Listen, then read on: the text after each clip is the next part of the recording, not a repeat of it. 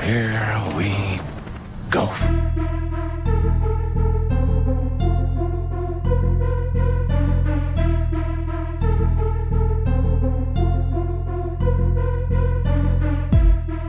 Hello, and welcome to the second ever edition of the Confirmed Epic Podcast, the official podcast of the epicreview.com. That's THEPIC review.com. Today we are coming to you live from the Hollywood foothills of North Carolina. I'm your host, Brad Bell, and joining me today, as always, is... I'm Jerry Reed, also known as Barbecue 17. And we would like to announce that from now on, you can send any questions or comments you have regarding this podcast or the Epic Review in general to theepicreview@gmail.com. That's THEPIC review@gmail.com. We're also very proud to announce our very first sponsor of the Epic Review and the Confirmed Epic Podcast, Jim Wah's Collector's World in Gastonia, North Carolina. I know it's a place that Jerry and I use for most of our comic needs and a lot of our collectible needs, right, Jerry? Absolutely. Jim has helped me to fill a lot of spots in my vintage collection. There's been actually the first time I ever walked into Jim's Collector's World, he had just gotten a massive shipment of bought a whole collection of G.I. Joe stuff from somebody. Did not know, what all went to what, all the little bits and bobs. And so I think I spent about 3 hours in there putting everything together for him. Just out of fun. I enjoyed it. It was playing with somebody else's toys. So you could say this sponsorship by Collector's World is Jim's payback for all the manual labor you spent putting together play sets. I've been earning this sponsorship for us for the past few years. Yep, but nonetheless, we're very happy to have Jim and the guys at Collector's World on board, and we appreciate it very much. So let's just get right into it, Jerry. Jerry, what have you been checking out this week? One thing I just finished this week is a book. As everyone knows, I really am a big Lego fan. It's a book I got for Christmas. I just started reading it. It came out in 2012. And it's called Lego: A Love Story by Jonathan Bender. It's a novel. Well, not a novel. It's a nonfiction book about a journalist, Jonathan Bender, who decides to start exploring the history of Lego, the whole culture of Lego, and most specifically, how many fans there are of Lego who are adults. That, just flipping through it, there's tons of pictures of massive things. Like, here's a 10-foot replica of a motorboat that a Lego artist created that weighs several hundred pounds. Here's a 22-foot Lego Titanic. But he talks about just the culture and how Lego has just affected so many adult collectors and how Lego really caters to those. And Lego is a line that you've recently got into in the past year. You talked a lot about that when we were looking back on 2012. I've recently gotten back into Lego. Apparently what adult fans of Lego call it is they've come out of their dark ages. Because you play with Lego as a kid, but usually most people go away from Lego. Some people come back, and that's always called your dark age, is that period when you weren't actively building with Lego. And I got into Lego again last year due to the Lord of the Rings license, and most importantly the Monster Fighters, which was one of Lego's in-house properties. It's just really cool, classic monsters, steampunkish. But this book is great. It's going to tell you about the history of Lego. It talks about Lego fandom. Jonathan Bender actually got to go to Billund, Denmark, where he toured Lego headquarters and learned about the corporate culture. But it's also a really personal story because in the book, Bender and his wife are trying to have a child, and they're not able to. And so they're doing all these what people might consider as, kid-oriented activities, building with Legos and getting closer together, while they're also struggling with not being able to have a child of their own. And it ends up being a really sweet story, as well as a true story about all of the history of Lego. So that is Lego: A Love Story by Jonathan Bender. And that's correct. I'm sure you can find this on Amazon.com for a pretty decent price. I'm sure you can. And that's great. Just a little bit about Lego for me. I had a friend in elementary school, diehard Lego fan. And we would go over to his house, and he would be building these massive Lego castles and play sets. And I never could get into it. I don't know, maybe I'm just a lazy collector. I like my collectibles, you know, just there and ready to go. I'm not much of a statue guy, but I see the benefit of it. It's there. You just sit it up. It's ready to go. There's an appeal to that, yeah. Whereas Lego it's the smart man's collectible. You got to work for it. You got to work for Legos. it. But the payoff is pretty good, right? It is. And I mean, it's just interesting to look at him talking about how many, you know, hours some of these fans spent on, you know, some of their projects and how much planning and detail went into What was the longest one you can recall out of the book off the top of your head? Gosh. Was it the Titanic that was in there? That was a pretty I don't specifically remember. I do know that there was I think it was like a semi-truck that was just massive that multiple Lego fans put together over like a period of weeks. They just kept building it.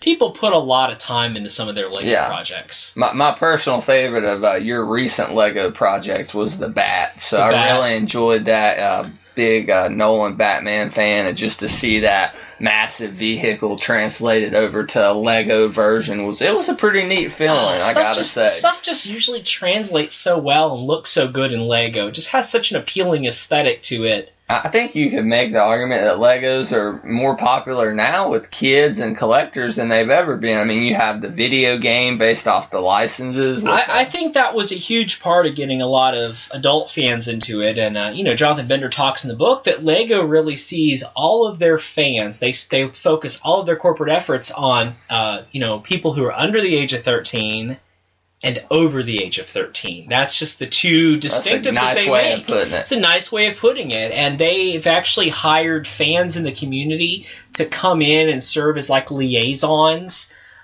you know, between Lego and the fans, and to find out what fans really want. And so it's just an interesting book. I haven't seen many books that really give as open of a look into the corporate culture of a, you know, like a collector or oriented or a toy company as this book did. And Lego really helped Jonathan Bender to find a lot of things. I can't wait for the Hot Toys book. The Hot Toys book. Maybe you'll write it. The story of how Brad Bell went bankrupt. Over Hot Toys. Over Hot Toys. So, all right. So check out Lego: A Love Story by Bender. Get into something that I've been checking out this week, something that I was really stoked for, and that was the debut of Community Season 4 this past Thursday on NBC. Now, the show's been going through a lot, and the show pretty much had an instant cult following after about 12 episodes or so. So this is the first episode without series creator and showrunner Dan Harmon, who were replaced by Dave Gururoscio and Dave Moses, on to kind of fill the void, a big void. Fans of Community have kind of, you know, been put through hell because Chevy Chase was long rumored to be leaving the show. He finally called it quits and he left the show. And Dan Harmon was back and forth with Chevy NBC. Chase has a habit of doing things like that. Yeah, Chevy Chase, for those of you who don't know, not the easiest actor in Hollywood to work with. And even though he's one of the most beloved, still not one of the easier ones. He's a lot like his character on Community, Pierce Hawthorne, kind of without the, you know, all the anti-Semitic kind of tendencies. But I was pumped for it to come back on, so I gotta say, I was not disappointed one bit. I feel that the new showrunners, Moses and Gary Roscio, were able to get back to the heart of what Community was, because Community from the start was kind of a group about a group of friends, misfits, slightly geeky friends from all different walks of life, kind of feeling their way through community college. So, and somewhere at some point, rather than being a commentary on geek culture kind of blended in there, it became totally about that. Mm-hmm. Which, you know, you had some great episodes that people love. I think the Dungeons and Dragons episode... I was going to bring that one up, but... you know, Dungeons and Dragons is one of those things that, you know, if I'm trying to explain it to somebody who has no concept of what D&D is, I mean, they just look at you and you try to explain, you know, well, it's like a massive video game, but, you know, there's no there's not many rules, there's lots of rules, but there's no, rarely a board or anything like that, just a dice and a piece of paper. You can show somebody that episode, and I think it helps them to understand what D&D is and get an idea of how that plays and why it's so fun. They're really brilliant in some of the writing of the show episodes. And people were kind of scared that some of that brilliance would be lost with the new showrunners, but and I think I agree with you how it can be able to expose geek culture to a wider audience, but I also believe that it got a little wrapped up in that at some points, and it may have hurt the show with wider audiences. Whereas a show like The Big Bang Theory just has they're geeks who make standard kind of jokes, especially in the newer seasons. But it's not really a geek show like it started out. It started out and it got more mainstream. Yeah. It started off as more, they did make sort of little references that, I might be the only one in the room chuckling at, or, only like one or two people got, and it really branched out to being a bit more of just a sitcom about It branched out from being that to being this generation's Friends or Seinfeld. 18.3 million people watch The Big Bang a week. It's huge. One of our local TV stations shows it for 3 hours straight, like every weekday or something. Yeah, the syndication really helped that show really get to the next level. And Community's hoping to get to at least 100 episodes so they can get into the syndication market. And we can only hope that the fans of Greendale Community College can only hope that the show's still producing new episodes when it reaches syndication. Community kind of reminds me of Arrested Development in one very of those much ways so. that, it's so well written, but it's also a show that you have to truly pay attention to, that you have to know, you kind of have to understand it, and I don't think everyone's willing to always put in that much of an investment. But you have those diehard fans who are, and there was tons of stuff that made this show, this week's episode, History 101, just grounded enough in reality, but also played to the collective soul of geek audiences. They had, this week, the group found out that Jeff had took summer classes and would be graduating a semester earlier, while the rest of the group will be finishing in the spring. Not in spring in real time, spring in community time. So they were very distraught, the group was, but Abed not only took the fact that Jeff could be graduating early particularly hard, the fact that, hey, this is their senior year at Greendale Community College. So in order to, senior year at a community college, right? I had a couple of those. So anyways, it's really hitting Abed. So in order to deal with this, Abed decides to escape to several realities using Inception-like techniques. So Abed, the two realities, the main one we have right from the get-go, is a laugh track sitcom where, get this, Pierce has been recast by Fred Willard. Oh, I love Fred Willard. Fred Willard's great, what makes this so great is this was actually filmed when there were rumors of Chase leaving, as there is with everything Chase does, because he's kind of an asshole. He's always going to leave. But, so they kind of heard that, and they kind of poked it as an inside joke at Community fans. They recast him. And we have this laugh track, and in the bottom of the screen, we have the screen crawls where it's like, we see them on Family Guy a lot, like 4 guys in a corner shoving each other around. You know what I'm talking about. Yeah, exactly. So they had one in this one where Troy and Abed sword chefs, and they had swords and full-on chef outfits. But anyway, that was great. And all this is going on while Jeff is having to compete in the Hunger Deans. Now, keep in mind, as I wrote when I reviewed this episode on the site, that this episode was actually shot when Hunger Games was right at its height, which is still a very popular franchise, but this is when Hunger Games Mania was going on. So he's competing in the Hunger Deans in order to win the group spots in the history of ice cream class. So it's hilarious. Dean Pelton puts Jeff Winger through the ringer. So it's very, very fun to watch. And all while Abed continues to escape to the sitcom reality, the laugh track sitcom reality, and to Greendale's version of the Muppet Babies, the Greendale Babies, where Jeff gives one of his rah-rah speeches in Muppet Baby form. So it was great. I really enjoyed it. And I think Community's going to be able to keep that amazing commentary on geek culture, but be able to get back to its more roots of being about the dynamic of a group of misfits from a community college. So I'm pumped about that. Jerry, is there anything else you've been checking out this week that you wanted to mention? Nothing too much. I've been playing a lot of Halo 4. I sort of picked it up, and I mean, it's been out for a couple months now, but I've really gotten the multiplayer. They're continuously releasing new multiplayer modes, and really this thing called the Spartan Chronicles, which are they're multiplayer levels, but they're focused. You can play with multiple players, but they're set up more like traditional single player campaign mode for Halo.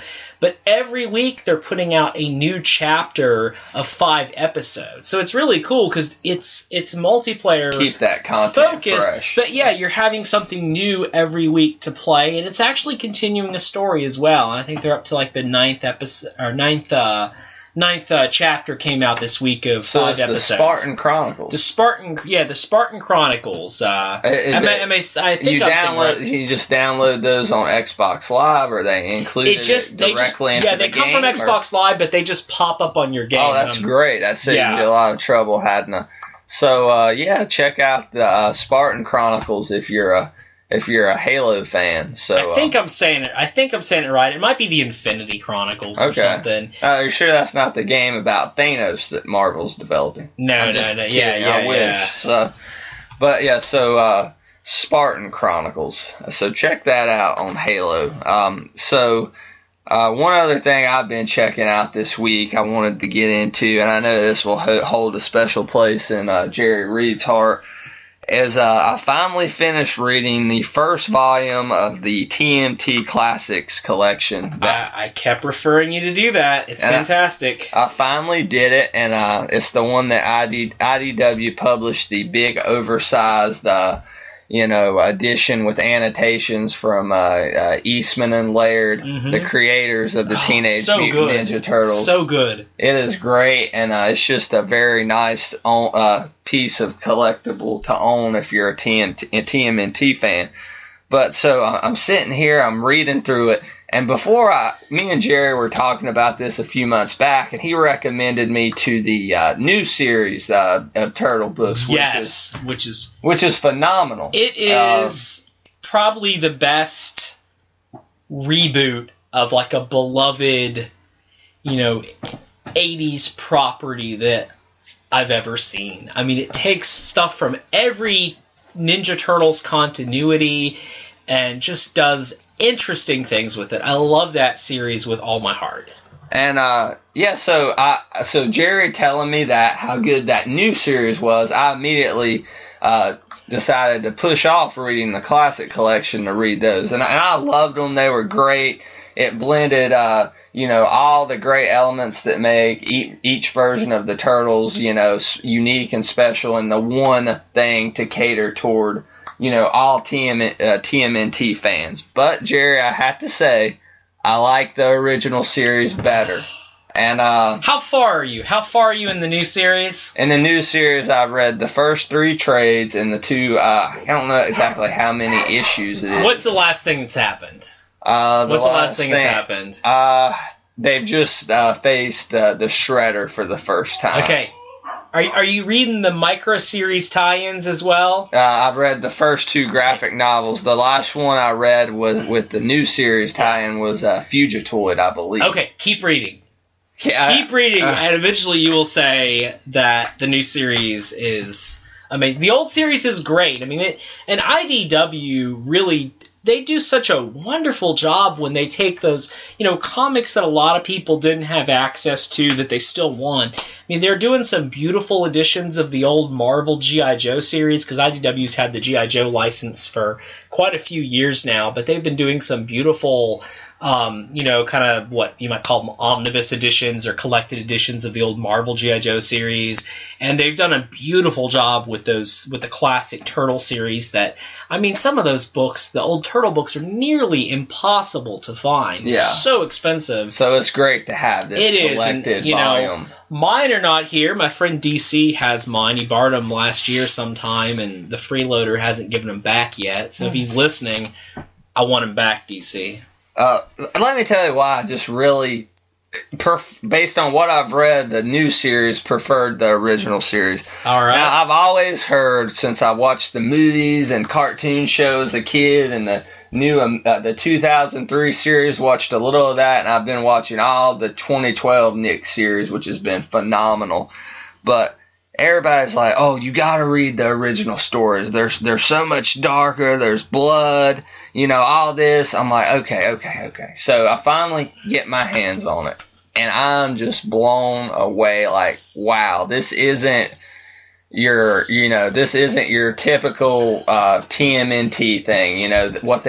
What they were originally were to what they have become is so different. I don't know if it's a spoiler, if it's based on a comic that came out in the 80s, but I think it was 85. If I'm not mistaken. Shredder dies in the first 4 issues, right? I mean, they kill him. It was the first issue. The first issue, he dies. They kill Shredder. Crazy, and that was crazy.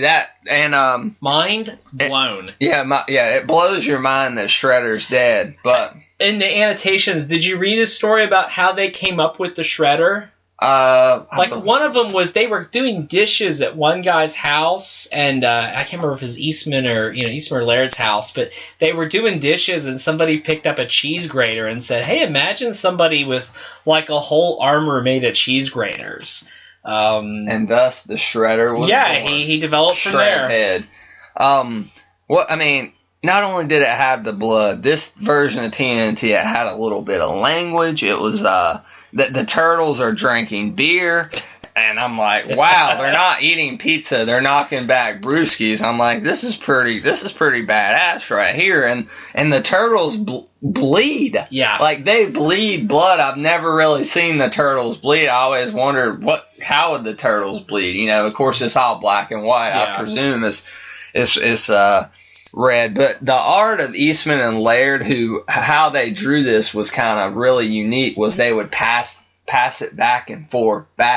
It wasn't just one guy doing the art. It was collaborative. Yeah, they really were a team that worked closely together. You can't pinpoint much to one person or the other. And they talked a lot about their art being a homage to Jack Kirby and those big splash pages. And there's one, I believe it's in the very first issue. And if you look this up on Amazon to order it, you'll pull up that picture right below it. It has them fighting the Foot, and it's just this huge, splash page of the Turtles kicking Foot Clan ass, and it is just right then. I'm like, wow, this gritty black and white art, it fits this tone of Turtle so well. It definitely did. And I think what kind of took me by surprise was Shredder dying in the first issue. I figured the first graphic novel will have Shredder as the primary villain. But no, we go into the Utroms. Utroms, yeah. Okay, am I saying that right? Utroms, I think so. Which is pretty much what Krang would be based off of. Yeah, they developed from the Krang. And the new series, the new cartoon series has... The Nick cartoon. They call them the Krang. They're the Krang, and they're more like Utroms. I know they have 2 A's in their name. Yeah, but they are villains. And you kind of perceive them as villains because everything you've seen of these Krang-like creatures, kind of lends itself to that. But spoiler alert again for a 1985, 86, and 87 comic, because the first 3 or 4 to 7 issues were spread out over a couple of years being released. It took them a while because they were pretty independent. They were doing it, publishing it. Yeah, they were doing the lettering and everything. They didn't get a letter until issue 5, I believe. So it took a while.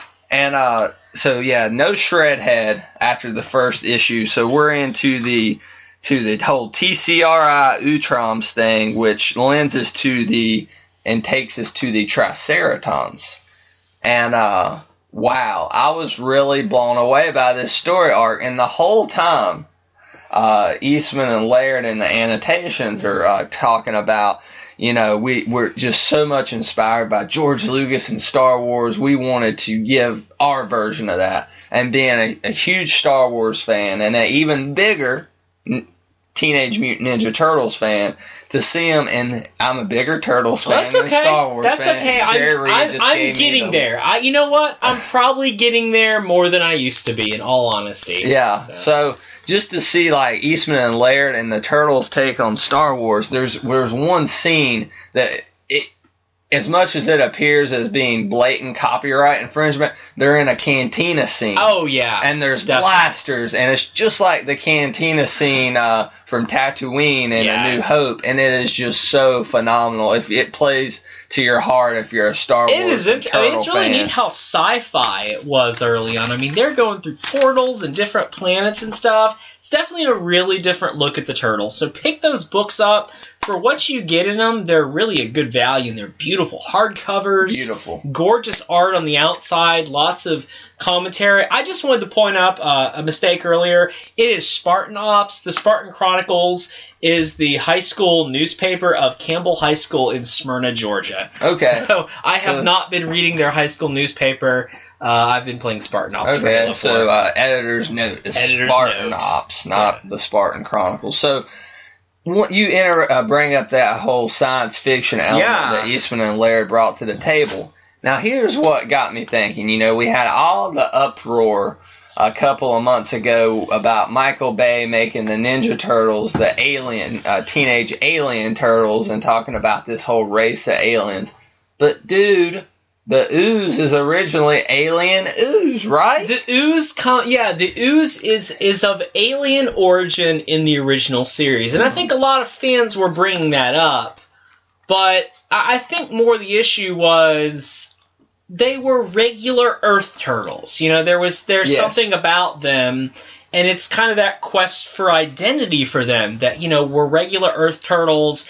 And whether it's of alien origins or, chemical byproducts, whatever happens, they're trying to understand who we are, how something so, as a little turtle becomes, able to think and to act, and, they have all these emotions, and they, they're completely, anthropomorphized. I think I got that right. Using the big words there, Mr. Reed. Throwing them out. But if they come from another planet, and they're supposed to be like this whole race of turtles, it makes them less. I think it makes them less special. I totally agree with that statement. It makes them less unique, less special. Makes them more like the Triceratons than the turtles. Sure. So I'll have no problem if and when they ever make this movie. It's kind of in development hell right now. As much as I'm hoping for a new Turtles movie, I'll be fine as the ooze comes from, some kind of extraterrestrial place. Be fine. But, I want to see the Turtles be Earth Turtles. So, we both recommend this. So go to Amazon.com and search the TMNT Classic Collections Volume 1. Ultimate Editions, they might be called. Maybe Ultimate, by Eastman and Laird. Yeah, if you search the Classics Collection, they'll come up. They're put out by IDW. IDW Comics. They're 27. It's a retail $50, but Amazon has it for around $27 right now. Talk to your local comic shops. They probably have them too. You can get them. Maybe Collector's World. Jim might have them. I'm sure Jim could hook you up with a copy of TMNT Classics Collection Volume 1. That's Jim Wall's Collector's World in Gastonia, North Carolina. Jim Wall's Collector's World in Gastonia, North Carolina. So, Jerry Reed, let's get to the big thing that we have both been checking out today. Oh, okay, I'm ready. And that is the death in the family in Batman number 17, the conclusion to Scott Snyder's almost epic Joker tale. So, Jerry Reed, initial reactions to Death in the Family. Are we opening up spoilers yet? We'll just go ahead and say that the next 10 minutes or so will be spoiler territory for Death in the Family, Batman number 17. All right. Let me say that I think Scott Snyder is an absolutely perfect fit for Batman. He's been doing an awesome job since being put on the book since the New 52. The whole Court of the Owls and Night of the Owls, I think, is without a doubt one of the 10 best Batman storylines ever. Loved Night of the Owls. I felt like it brought something new to the table. It wasn't Joker, Two-Face, Penguin, which we all love, but we have a whole new set of adversaries. It was somebody different. They really rocked Batman's world. I mean, they really and truly rocked his world. This storyline... So where do you go after that? Exactly. Where do you go? You go to the Joker. The Joker's been gone in the New 52. You know, he had a little bit of an appearance early on in Detective Comics number 1. His face was removed. Nobody knew where he went. They just found his face. His face has played a couple... It's played a little bit of a minor role in a couple of the backup stories in some of the Bat titles. There was a Suicide Squad storyline where Harley Quinn went to steal the Joker's face back. And this is all courtesy of the face misshape of the doll maker. So. Yeah. He had removed the Joker's face for him. Here comes the Joker back, and you know he's got this gruesome appearance because he's got the face like his ripped off face like strapped to his head. I mean, very much like almost a more gruesome and telling version of Leatherface from Texas. Okay, yeah, very much so. The storyline starts off epic. I mean, the Joker starts telling Batman he knows who he is. He knows all the members of the Bat family and who they are. He does really personal things to get back at every member. I mean, he kidnaps Alfred, tells Batman that he's blinded Alfred. So we're thinking Alfred's blind. Yeah, Alfred's dead. Then you're thinking, okay, Alfred's blind. If he's not dead. Sure. All these things happen. I mean, the Joker just keeps setting up all He puts him through the ringer. He does. Very much so. Very, very much an expansion of what Alan Moore did with the relationship between Batman and the Joker in The Killing Joke. Yes. Really developing this whole, the Joker really saying, I love you, you love me. I mean, we need each other, we complete each other. Very much so. And that's the kind of stuff we've seen in all the recent epic Batman and Joker tales, whether it's Christopher Nolan's The Dark Knight, with Heath Ledger as the Joker and Bale as Batman, or it's the Arkham City game, and we won't spoil the ending for that, but it played on that dynamic. Absolutely. Between that they need each other to survive, and they do need. That's something that's kind of been not played out because I always enjoy that commentary as they need each other. Yeah. But Scott Snyder.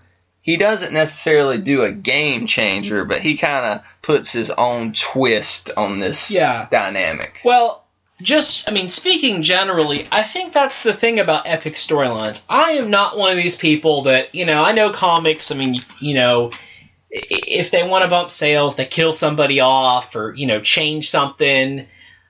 But, a story has to change things. Or they halfway kill them off, like Superior Spider-Man. Halfway kill them off, and, somebody's consciousness is in someone else's head. It's something crazy. Listen to last week's episode for that. If you can follow it. An epic storyline. Something like this that, let's be honest, this has been running since... November, I believe. Yeah, November. It's crossed over into the majority of the Bat titles. It's been in Catwoman, it's been in Batman and Robin, it's been Detective Comics, Batgirl, Nightwing, Suicide Squad. Yeah, everything. So they were building this up as an epic storyline. And I'm looking back at it, at the end of the storyline, asking myself, what has really changed? I don't believe a lot has changed. Like I said earlier, I just believe it's Snyder's take on their dynamic. And what he brings into play here is, we know they need each other from stuff like The Killing Joke and The Dark Knight and Arkham City. But here we have a Batman implies that he knows who the Joker is, and right when he's about to tell him, Joker will just say that he would rather die than have Batman admit to him that he knows him as something else other than the Joker. He doesn't want to know that Batman sees him in another light. He doesn't want to know his true identity. And on the flip side, it's revealed in the final panels that Bruce, earlier back, he says like right after Dick showed up. Right after Dick showed up. Yeah. So we're talking, way back in the past, but where he, of course, with the New 52, it could have been like 3 weeks ago. Yeah, 3 weeks. Time's ago. a little wonky. But Bruce comes up, not Batman, as Bruce Wayne during a visit with some board members or something like of that nature of Arkham.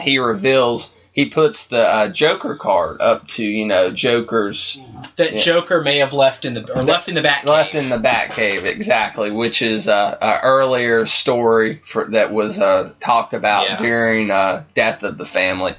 So. And the Joker doesn't even want to turn around. He doesn't want to see. Not only does he not want Batman to see him as anything other than the Joker, he just wants to see Batman as Batman. He doesn't care that he's Bruce Wayne. And I think that, yes, was it a game changer? No, but that kind of, hey, we only care about this incarnation of each other. Yeah. That is kind of a different take on that kind of classic. Yeah, it is interesting story. That, the Joker says the whole time that he knows who everyone is outside of their costumes, but this kind of brings the point up, doesn't really care. Not that the Joker doesn't care. He just does it to drive Batman and put the Bat family through the gauntlet. Yeah. And, we have to say, at the end of this issue, and it was portrayed very well by Snyder's writing and Greg Capullo's art, where the Bat family spent. Bruce is helping Alfred recuperate, and it's kind of neat because he's checking up. Yeah, Bruce gives Alfred the little bell to ring and tells him, ring 1 for food, 2 for a drink, 3 for a strong drink. Yeah, 3 for a nice adult beverage, but he's setting up a meeting to meet with, Damien and Dick and Jason and Barbara, all the respective members of the Bat family. And they're all, he expects, Jason never called. He's at a bar somewhere drinking. He expects the rest of them to show, especially Dick. Yeah. But they don't show. They have been so spent by this event. So I think, maybe it wasn't the biggest game changer, but we'll see, how will the impact of all these guys encountering this new, more ruthless, more gruesome Joker and being through that ordeal impact them in future, Bat stories and across the Bat family. Well, it also leaves the story, the story also leaves it looking like the Joker could be dead. Obviously he falls in a giant hole, so... And I don't expect the Joker to be back anytime soon. As much as you're like, oh my God, a Batman Joker story, how many times have we seen that? It's not every day in Batman comics. For those of you who don't read them on a regular basis, you see the Joker. It's kind of a special occasion. He shows up in a lot of the major stories, but it is more just comics. Or cartoons, movies, things like that, where we see the Joker most often. And think about this, as in Grant Morrison run, Joker played a part in Batman and Son and right after that and everything. But he wasn't the major player in that. It's been a while since we've seen the Joker as the primary adversary for Batman in a comic book. You're absolutely right. I'm looking at my shelf, and it has been a while since he really played a pretty significant part. So, you have the stories like The Killing Joke and Ed Brubaker's The Man Who Laughs and all those. He shows up in Hush. And Long Halloween and all those. And Dark Victory. But this is a Batman and Joker story by one of the best writers in comics today. So, if you're in the area, go to Jim Wa's Collector's World, and I'm sure he'll get you a copy of Death in the Family 17 or any of the previous issues. or he'll hook you up with pre-ordering the trade that I know will be coming down the pipeline. Some of the, some of the tie-in issues were really, really effective. The only tie-in I read was Batman and Robin, and it was phenomenal. Batman and Robin was good. Batgirl was fantastic. I mean, it really was a good tie-in. It ran concurrent with everything. It dealt with all the emotions of... I mean, here's the guy that crippled, Barbara for quite a while in the New 52. Took her out of the game. Yeah. I mean, and her dealing with him... Before the New 52. Before the New 52. Yeah. And I mean, but in the original stuff, she didn't come back. I mean, she was still Oracle and still wheelchair-bound. At this point, though, he still was just a major influence on her, but she overcame it. Her dealing with him, I mean, it was a great tie-in. I'm going to check that out. I didn't think the Catwoman tie-ins really had much to do with things. The Suicide Squad ones were mostly good, because dealing with the Joker and Harley Quinn's evolving and changed relationship definitely gave the Joker a kind of a, a weird vibe. I don't know. I mean, it really helped out a lot. Maybe it didn't play well in the Catwoman book, because Joker and Catwoman, there's not this giant dynamic, whereas Barbara Gordon, there's a huge dynamic. Harley Quinn's a huge dynamic. Really, with the Catwoman aspect, the biggest thing I got out of the book was the Joker wanted to use Catwoman at one point to... he's like, oh, you should totally, make Batman fall in love with you and be his Dark Queen, and then you should dump him, and it'll crush him, and it'll make him stronger and more driven than he's ever been. That's about the biggest thing that came out of those tie-in issues. Okay, so like we said, contact Collector's World, or if you're not in the area, go to Amazon and pre-order the trade, or find some other shop to pick up the issues, but we recommend Collector's World. So I imagine a lot of places you can probably find it. I mean, I think it's definitely worth picking it up. If you can't read all the tie-in issues, it's not one that's going to depend on them too heavily. Yeah. You can read straight through Batman. Absolutely, and get the gist of it. But the story. Definitely Batman and Robin tie-ins and the Batgirl tie-ins are really important to the story. They add a lot to it. The Catwoman, you can skip it. So overall, Brad, I mean, what do you think of this star-wise? If you were given stars to the storyline, I will have to say that I had to read issue 17 right away. Went to Collector's World today, read it right away, and at first I'm like, wow, this really is. It's not a game changer like you said. Yeah.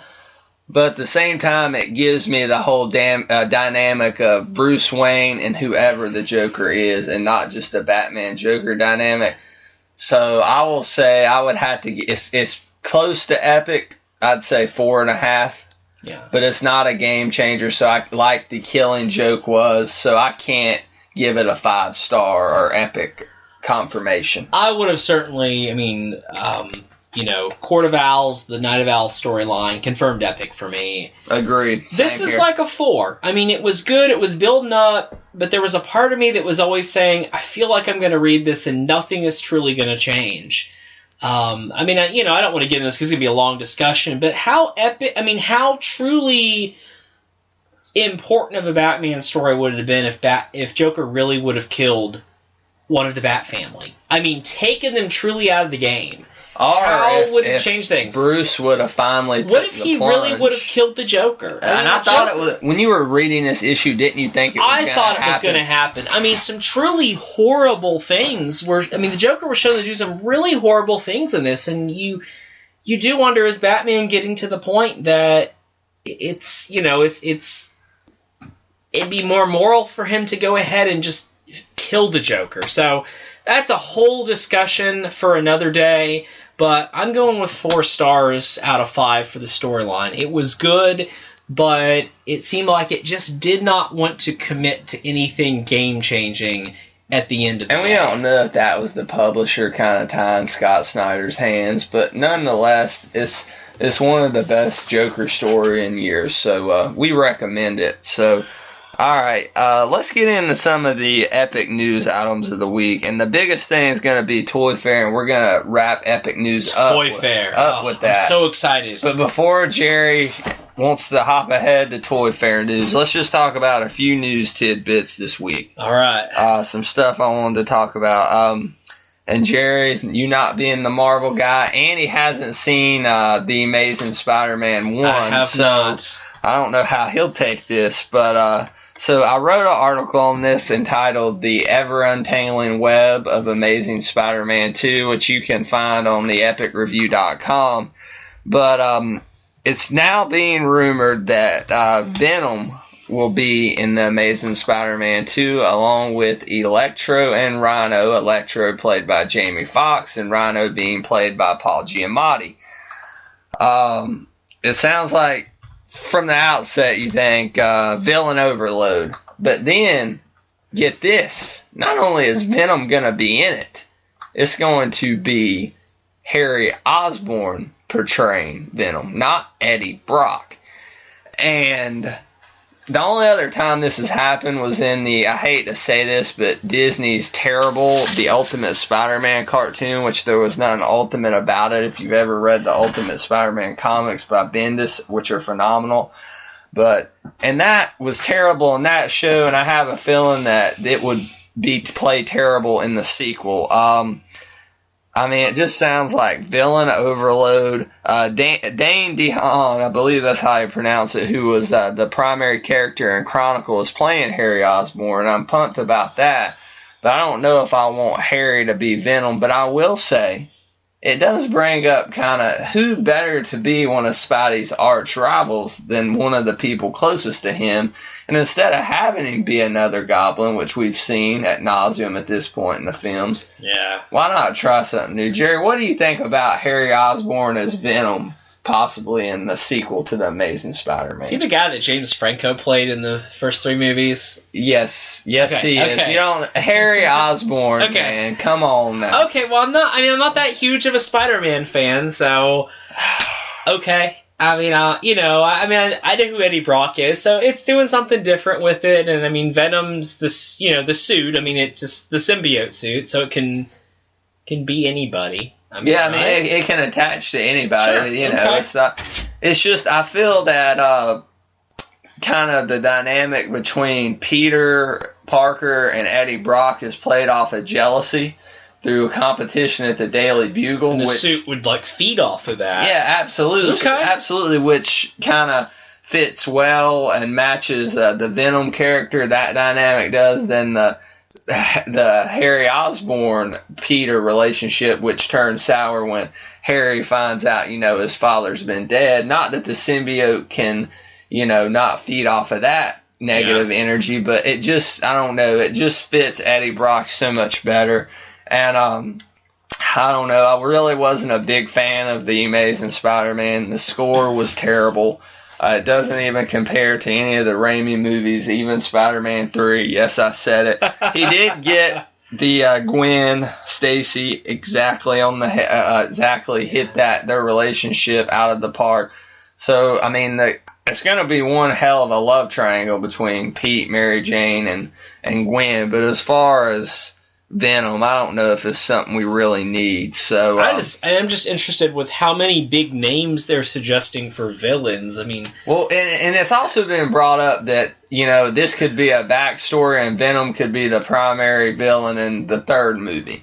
Could be. There's also been rumors that they're leading up to a new Sinister Six with all these villains. That actually was the first. See, I know a little bit about Marvel. That was the first thing when you said, well, there's Rhino and Electro, and I was thinking, well, maybe they're going to do something with Sinister Six. Would it even, And it seems like Mark Webb's plan, much to the chagrin of me, for Spider-Man, may be very episodic. So it may not be the 3 films and get out, and then hope for somebody who can do these characters right.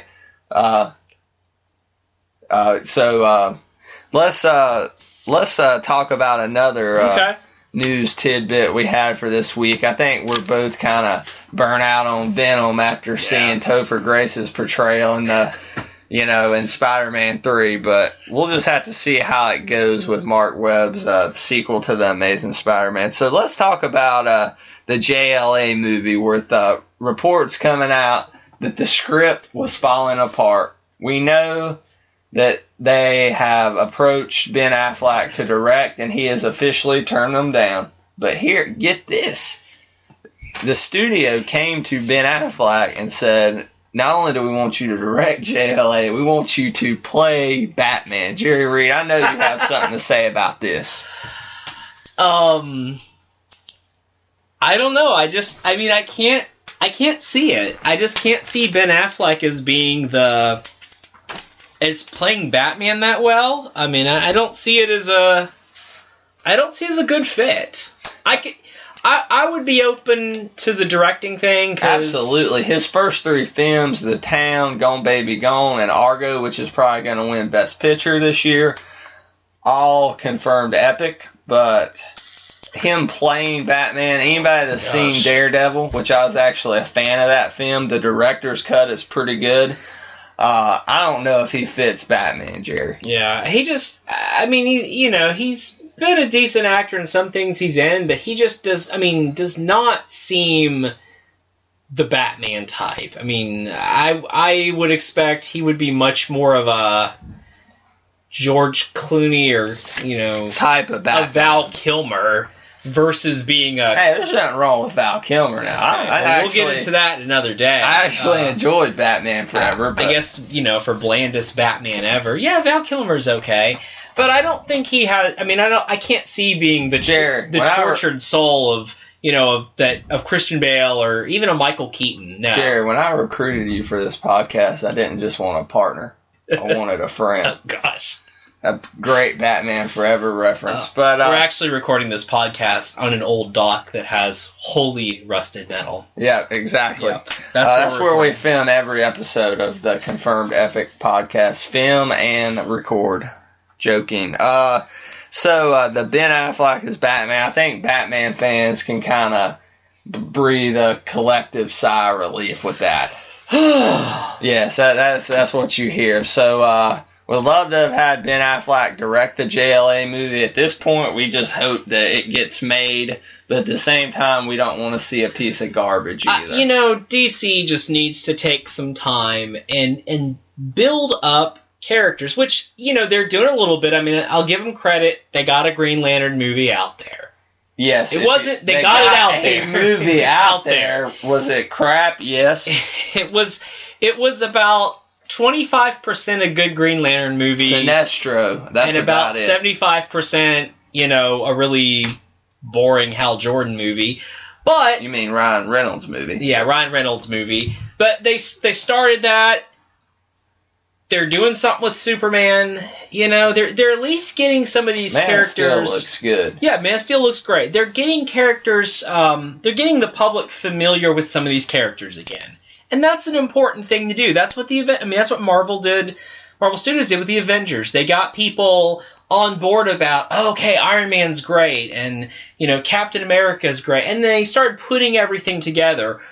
DC just needs to really start getting all the pieces out there to put things together. And I think that not only did they want to rush it, but they kind of didn't want to copy Marvel's blueprint, yeah. So they just kind of wanted to thrust them in all the Justice League into some giant situation, reportedly battling Darkseid.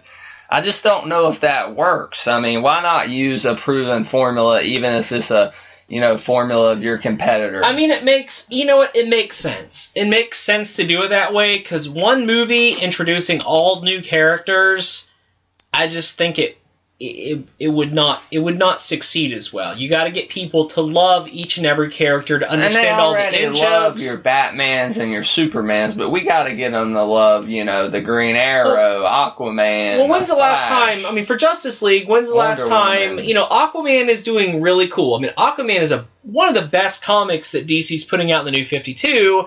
But if you're not reading the New 52.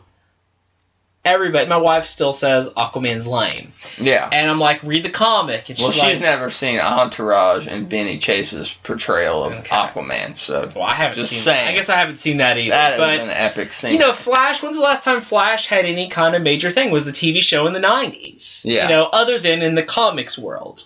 Wonder Woman. I mean, most people, Wonder Woman, they're going to think Linda Carter. I know they tried to get the show off the ground last year or 2 years ago. And the pilot leaked, but it failed. The show never hit the airwaves. Got to get people on board, of knowing who these characters are, recognizing them, before you can do a team up and make it effective. Can I just make a quick proposal to Warner Brothers with JLA? They're already going to maybe set the domino effect up with Superman in Man of Steel this coming summer. But I would love to see them use the Green Arrow from the Arrow TV show on the CW, because it's pretty badass for a CW TV show, more so than the Smallville even was. So, I mean, you have some of your chips there. It's just how are you going to play them? Play them right, sure. Warner Brothers. So, we'll be keeping up with the development. Do what Marvel did. And in Man of Steel, throw in a really cool cameo. Like that I did with Iron Man and Marvel. The whole game-changing aspect of Iron Man being one superhero movie to going to the whole Marvel franchise, whole Marvel universe, was having that scene at the end with Nick Fury coming in and saying, "You're part of a bigger world now." Well, you've heard the rumor. The rumor is that Joseph Gordon-Levitt will appear as Batman in the Man of Steel. You know what? I'm all for that. As Officer Blake. All right, works for me. Yeah, it works. It works for me too. Yeah. And I've heard a lot of people argue that messes up the realism aspect of the Nolan continuity. But, Nolan's had his say on the movies. They will stand the test of time as some of the best Batman tales ever told. You got 3 great Batman movies there. So, why not let Levitt and the studio have some wiggle room? And, hey, we're already got the chips rolling. Got Man of Steel, got the JGL Batman, and we got the Arrow from the CW. Take that advice. Take the advice, the epic review, Warner Brothers. But let's get into the most epic news of the week. That was New York Toy Fair. New York Toy Fair. Oh my gosh. I think the biggest news for me was everything revolving Mattel's Masters of the Universe classics. Sitting in our epic review studios is my entire collection of Masters of the Universe classics, which takes up about 9 shelves at this point. We hope it continues to grow. Some product leaked. His wife doesn't hope it continues oh, no, she definitely does. Thursday night, before Toy Fair, some product leaked late at night. I wrote a story at 12 or 1 in the morning about it. Mattel just keeps putting out more awesome, Masters of the Universe figures based off of He-Man, She-Ra.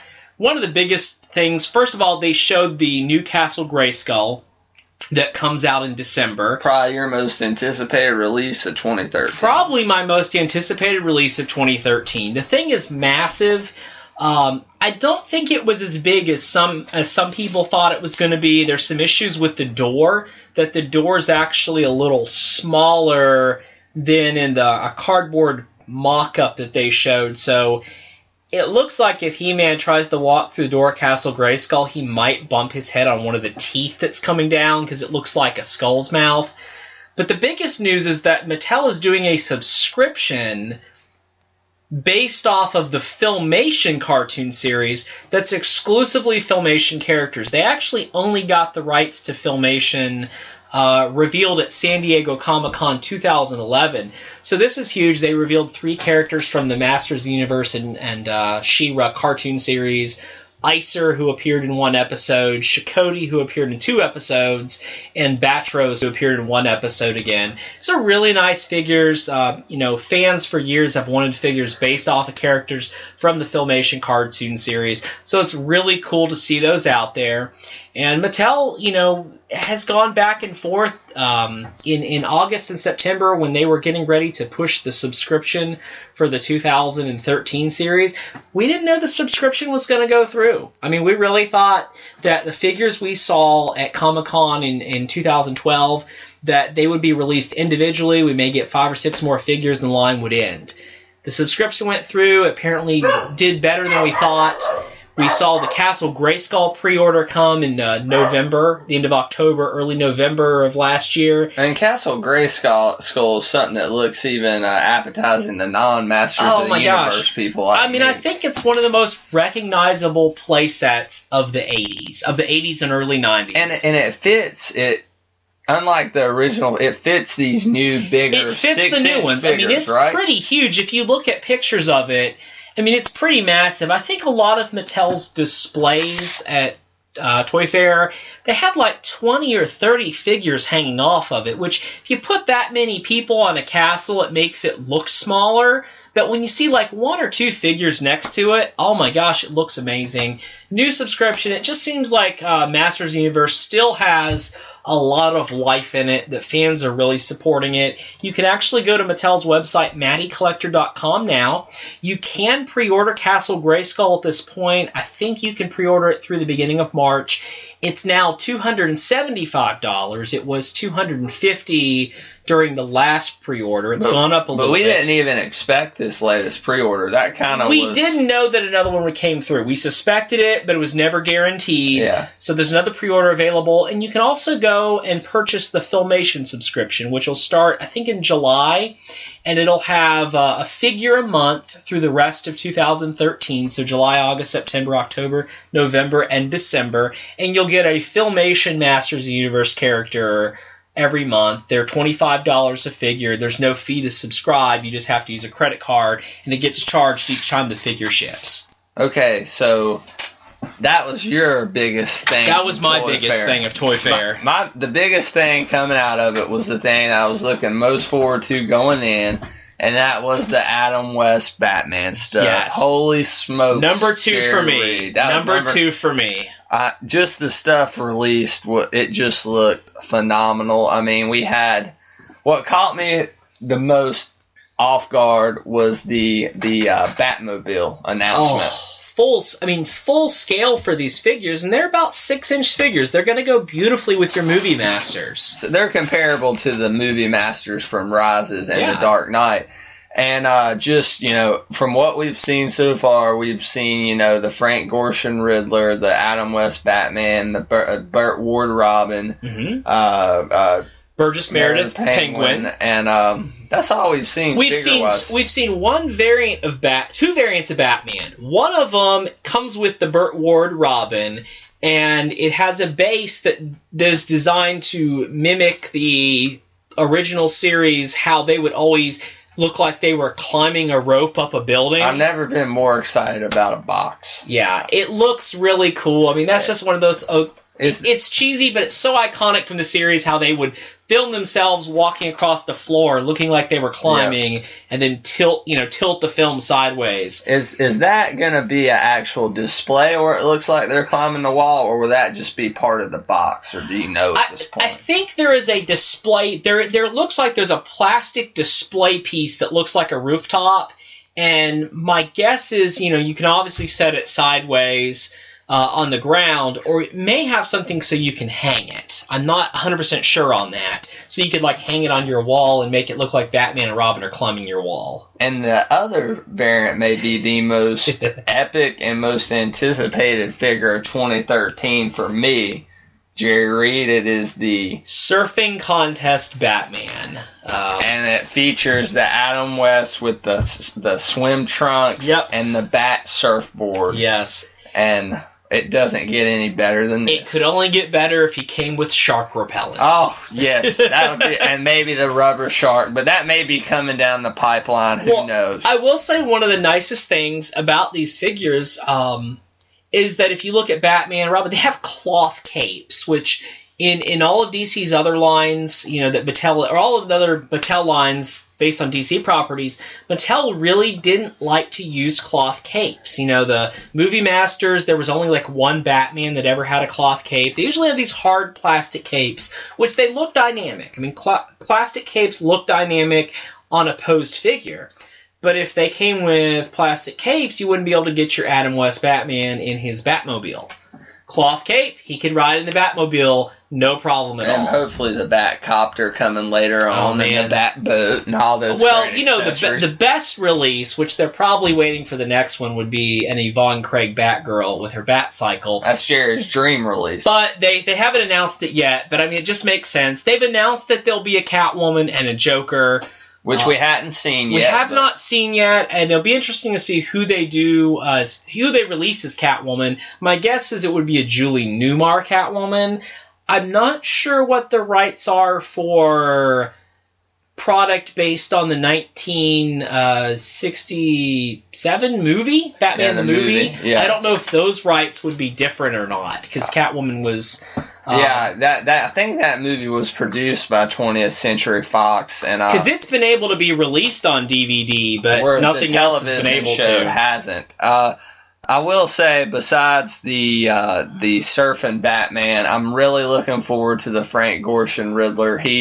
Frank Gorshin provides the most iconic portrayal, at least for me, of the Riddler, and my personal favorite version of the Riddler.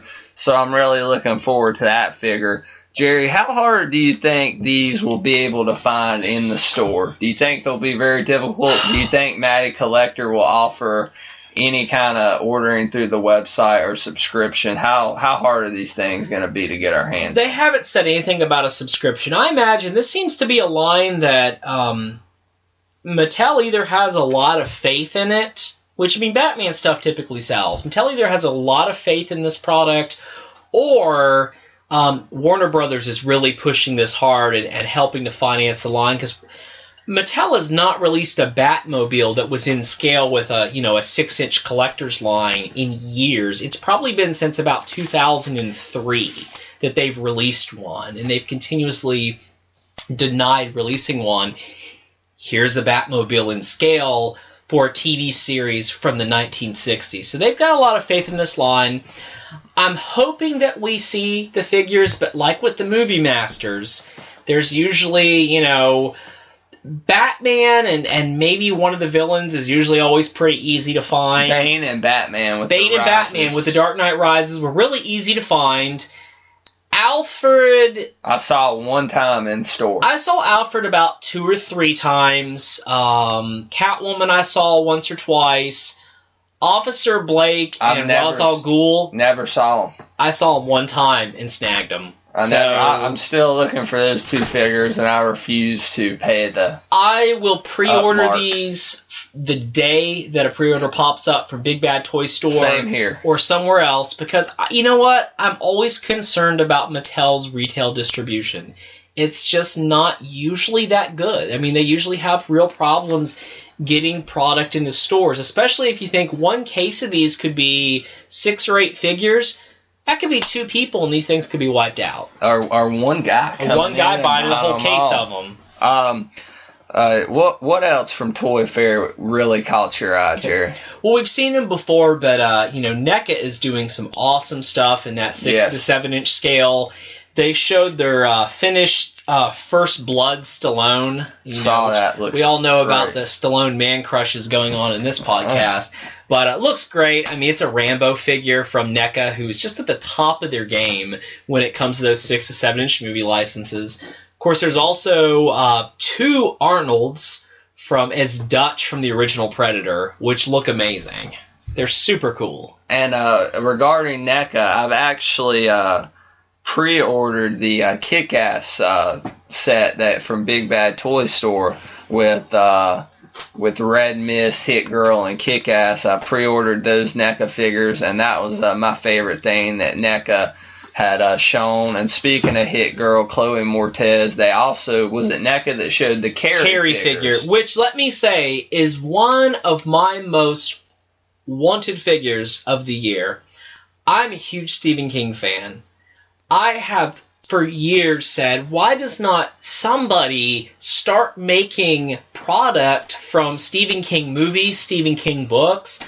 I mean, imagine having a Jack Nicholson as Jack Torrance from The Shining on your shelf. How cool would that be? Or characters from The Dark Tower.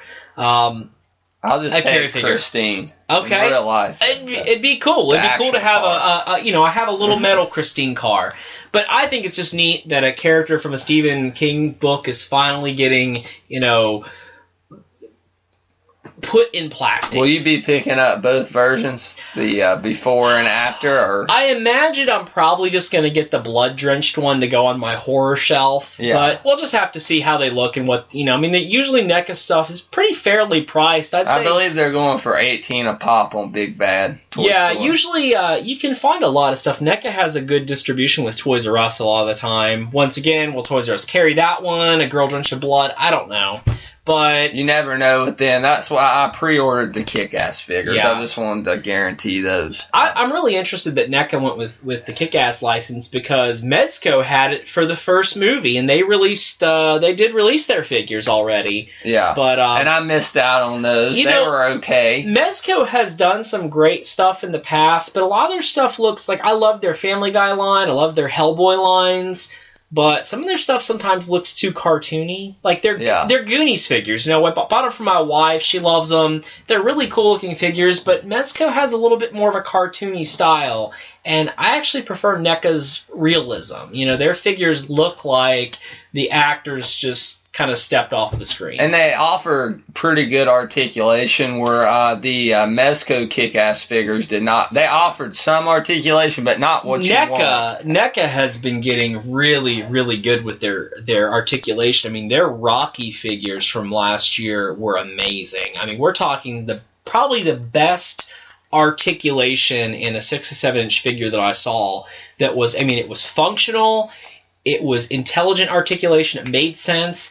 And it was nicely hidden. You didn't look at the figure and just see here's a big pile of joints. Stuff looked good. You posted some amazing pics on the site of the Rocky and Apollo fight that you recreated. And I now have action figures of Sylvester Stallone, Carl Weathers, Mr. T, and Dolph Lundgren. So thank you, NECA. Thank you, NECA. Also from Toy Fair, we saw a lot of 1/4 scale, 1/4 scale figures being shown. We saw the two big ones were the Batman ones, getting back in a little bit to the Adam West stuff. We saw the Adam West 1/4 NECA and the Michael Keaton 1/4 NECA, both retailing around a reasonable $85. Jerry, what were your impressions of these two Bat figures? I thought they looked really good. I looked at them, and I looked at pictures of them, and I know you have the Hot Toys Michael Keaton figure, which is a work of art. It is beautiful. A work of art. So, a 1/6 scale figure. Yeah. To think about 1/4 scale, that's about 18 inches. That's a pretty massive action figure. And I thought these looked really good. I was really impressed with them. The Keaton, they captured both West and Keaton's likeness. I was shocked at how well. The Keaton face shot, from what I've seen of the NECA figure, were close to the Hot Toys version. Very much so. Now, it will not be the Hot Toys version, because that figure's over a $225 figure, where these, you could get both of those for under that. Well, and one of the things with, NECA, too, this is a sculpted action figure. This is not a figure that's, wearing a real costume like the Hot Toys figures. So NECA has a benefit of actually just sculpting things, where Hot Toys has to really think about functionality in terms of, what is a rubber suit going to look like, how is, doing a cloth cape, things like that. The Hot Toys versions are like having miniature clones. But you pay for that. You pay for that, and it's an awkward way of putting it. But sure, it is an awkward way. It's like a little Michael Keaton living in your house. But it's true. There are so many times I look in my display case and I'm like taken aback by, wow, that's Michael Keaton, or that's Christian Bale, like right there, just the eyes and the articulation they provided with that. And I know we're both looking forward to the TMNT stuff that Playmates has planned. Yeah. So Playmates, man, over the last couple years, Playmates has just had a rough. They did the Star Trek toys for the first movie, and those just kind of fizzled. They did the Terminator Salvation stuff, and it just wasn't that impressive at all. I think a lot of that stuff is still sitting at the Toys R Us, our local Toys R Us, like probably in the clearance aisle. Playmates has always done well with Ninja Turtles. They knock it out of the park. Looks like they've got some cool stuff. They've showed the classics Rocksteady and Bebop, who come in at that, 6-7-inch scale. And that's probably what we're most looking forward to of the TMNT. I'm definitely looking forward to those two. My 4 classics turtles sit on my entertainment center out in the living room. They really, like I said, they really tie the room together, I think. But I'm really excited about the smaller figures. Last week I finally just picked up Fish Face, Metalhead, and Dog Pound from the line based on the Nick cartoon. Which you still haven't watched, by the way. I haven't seen it yet. Those are really fun toys. And yes. It's sometimes as a collector for me, most of the lines that I buy are geared towards collectors. I have to buy them online with a credit card, or they're like really expensive, or they're designed with all this super detail and things in mind. But there's something about going into your local Toys R Us or Walmart or Target and just picking it up. It gave me the feeling of when I would go down the toy aisle as a kid and be super pumped. Exactly. You can find it right there in the toy aisle. They're cool. I mean, you pick them up and say, okay, this was designed for a 7-year-old to smash against other toys. And there's something that's kind of neat about that. But even though they are geared maybe more toward a younger audience, the articulation in those figures, the paint is phenomenal.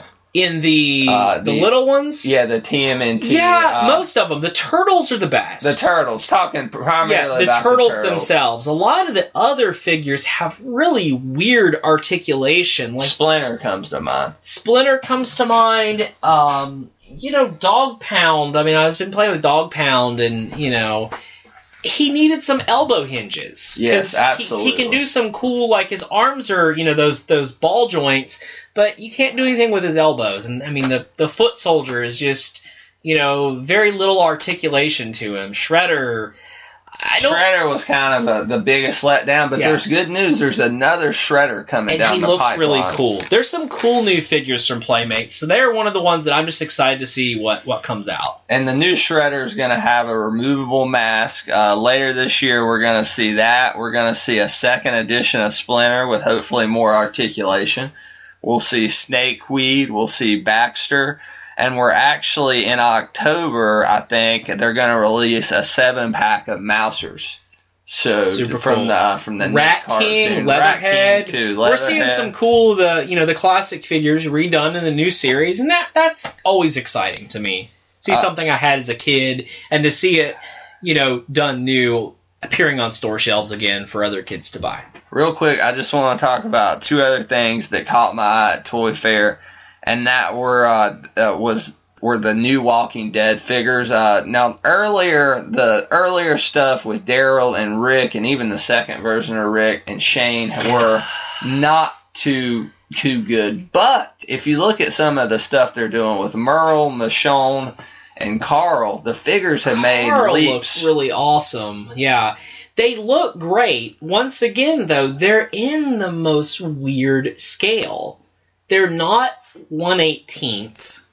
They're not 6 to 7 inches. They're like this weird 5-inch scale, which, I have not hundreds. I have like probably 15, 20 different zombie figures that are in that, 6 to 7 inch scale.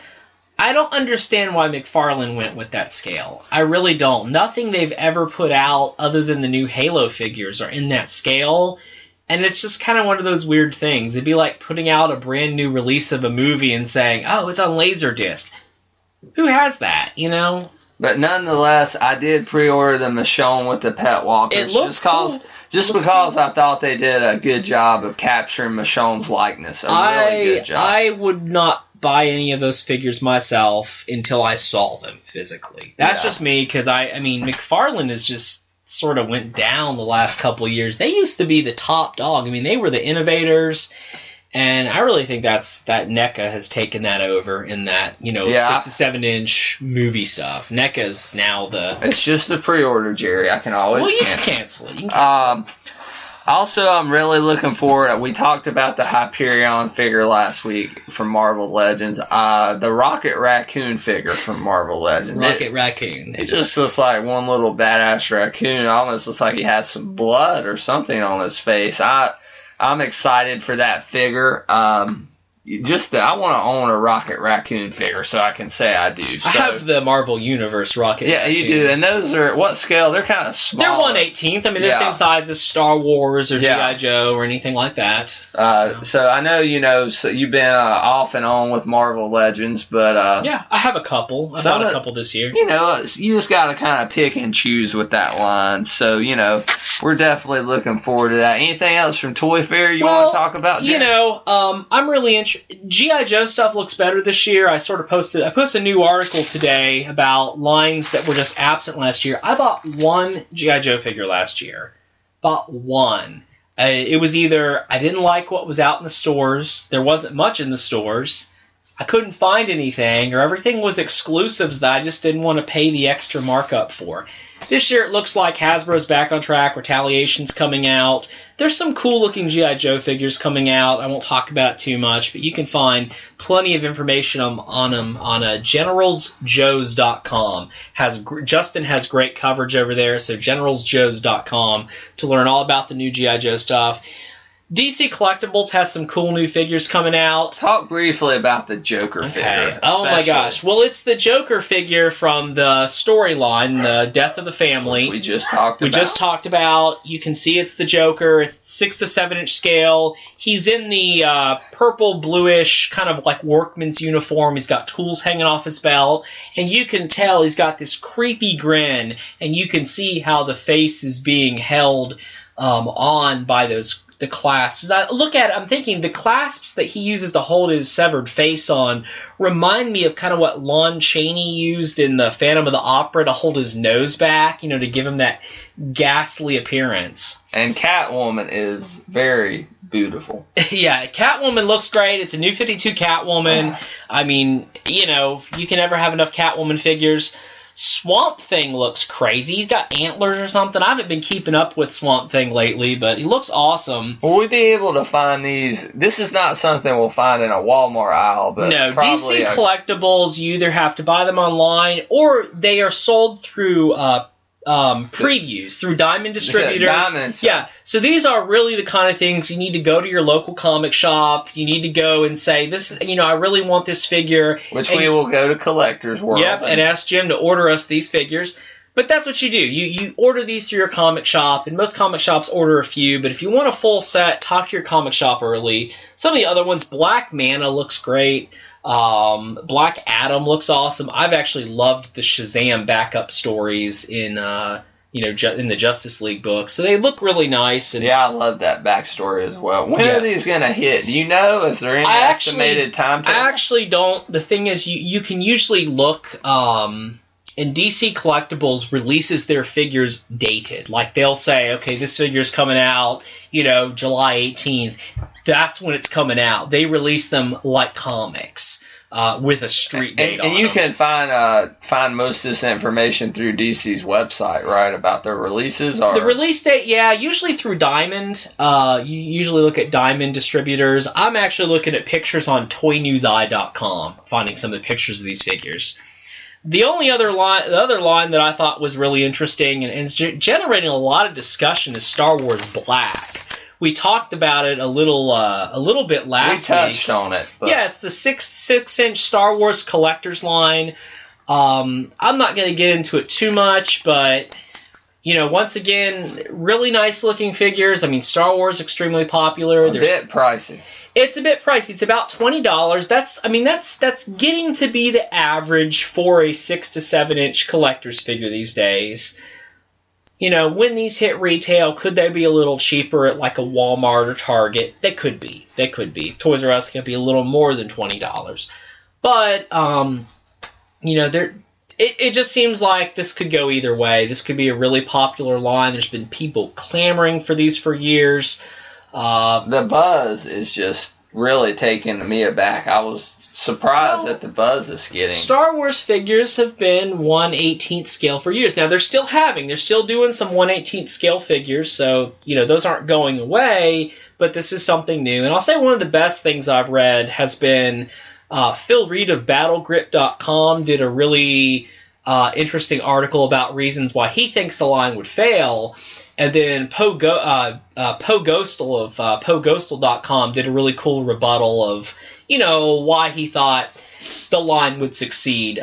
Just an interesting discussion, probably the best discussion I've read about those products. The Luke Skywalker looks good, but he kind of looks like a bored Luke. I've heard a lot of people make that. From what you've seen of Star Wars Black, which one has caught your eye the most out of the shots released? Darth Maul, because I mean, if I was buying one figure and said I just would like to have one figure that represent this character in a 6 to 7 inch scale, it'd be Darth Maul. He's an interesting character, more so on appearance than anything he actually did. There's not a lot of depth to him, but he's cool. I mean, he's like the reason that anybody watches Episode 1 these days.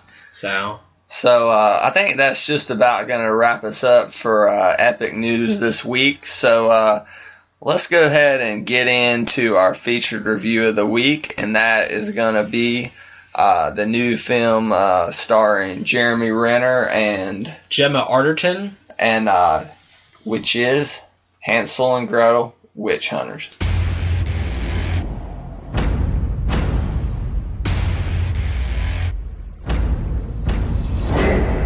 Me and my sister, we have a past. We almost died at the hands of a witch. But that past made us stronger. We'd gotten a taste of blood, witch blood.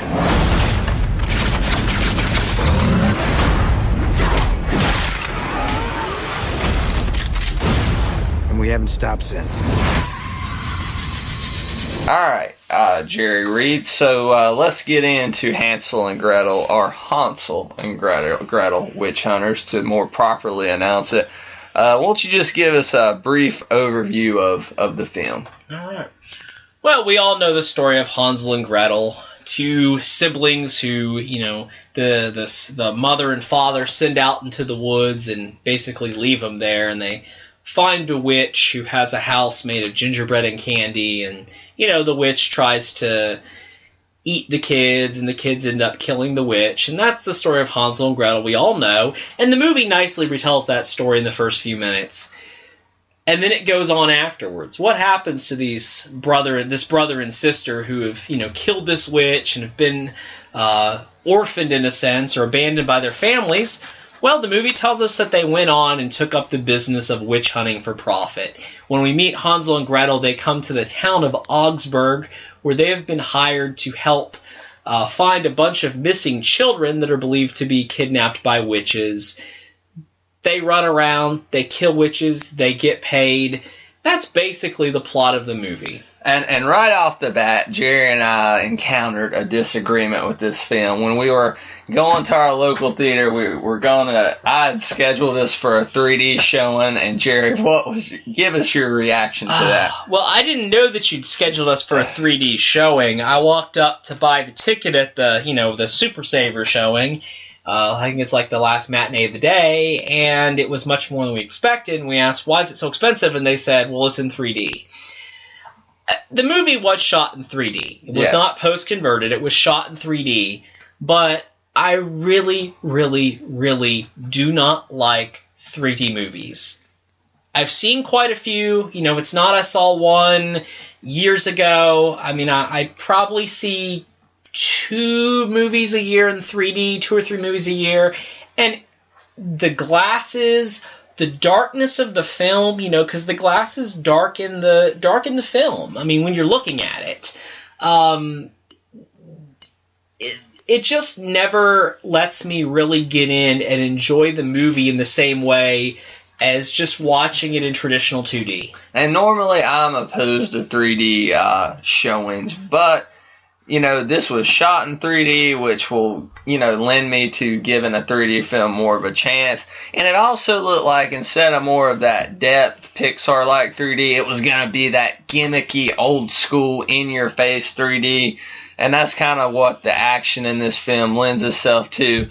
And I was looking forward to that, but, not a huge fan of 3D if it's something like an Avatar and all that. And it was the case that I was a fan of 3D if it was shot in 3D. I would give a film a chance until The Amazing Spider-Man, Mark Webb's masterpiece, sarcastically as I say that, was shot in 3D, and I was expecting decent things. If Sony is the Spider-Man huge summer release, and the 3D in that movie was crap.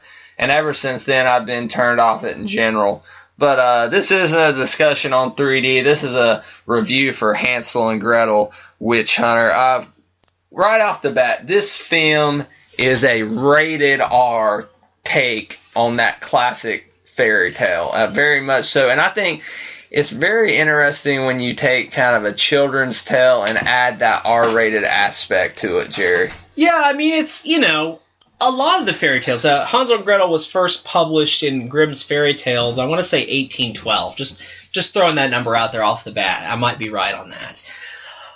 But the original Grimm's Fairy Tales were darker. I mean, that was a dark story about, people abandoning their kids. And in the original story, in some versions of it, when the witch dies, the mother dies as well, or the stepmother, whatever she is in that version. So, I mean, it was kind of a dark story about, sometimes people would encounter hard times and abandon their kids in the woods. This one is not. But our exposure to it as children is not as dark. We're not told it like that. Exactly. This movie just, it revels in the fact that Hansel and Gretel come in and they kill witches and it's bloody. I mean, just some of the things that stuck out to me, people's heads got crushed. I remember a scene where a guy explodes. That was pretty crazy. That was pretty cool. I got some specifics I want to talk about later on in spoilers as far as that aspect of the film. I will say the goriness of the movie reminded me of something like Army of Darkness or Peter Jackson's Dead Alive, known as Brain Dead in Europe. It was definitely the kind of horror gore that you're laughing at. Like, it was so over the top, or it was just kind of uncomfortable in a goofy sort of way that you're sort of giggling at it. I mean, it just, it was, or you're just kind of cheering because it was so awesome. I mean, there are weapons that Hansel and Gretel used to kill witches. They're very steampunkish, or you might call them retro-futuristic. They'll have a crossbow that shoots automatically shoots arrows like crazy, or it's all of a sudden 3 barrels pop out of a gun and shoot in 3 different directions. It was over the top, and it was having a lot of fun. And that was one of the things that I thought the film was hindered by a little bit. I won't say suffered from, because I did enjoy it. I thought it was good. Jerry liked it a little more than I did. His review that you can read on the epicreview.com, he gave it 4 out of 5. I'd probably say more 3 out of 5 for me. But I felt like some of the things were, the action felt a little gimmicky. Was it fun action? Yes. Was it over the top to the point of being just fun and not taking itself too seriously? Yes. But some of the effects, there were several times where a witch would get diced up and guts would come toward the screen, and that's just kind of like that whole gimmicky 3D aspect. And that's fine, but I don't think a film should rely on that too much, which I'm not saying Hansel and Gretel does, but it does rely on it to an extent. And I don't know, that was just one of the complaints that I have. And I'll say this, I really appreciate how this film blends so many genres together so well. Action, fantasy, horror, comedy, they're all there.